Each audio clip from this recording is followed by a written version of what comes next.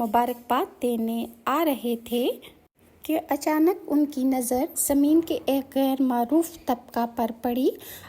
حضرت جبرائیل نے دیکھا کہ ایک فرشتہ زمین پر پڑا ہوا زاروں کے تار رو رہا ہے۔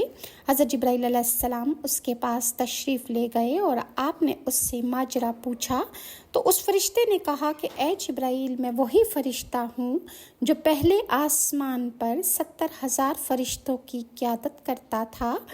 میرا نام فطرس ہے۔ جبرائیل نے پوچھا تجھے کس جرم کی یہ سزا ملی ہے؟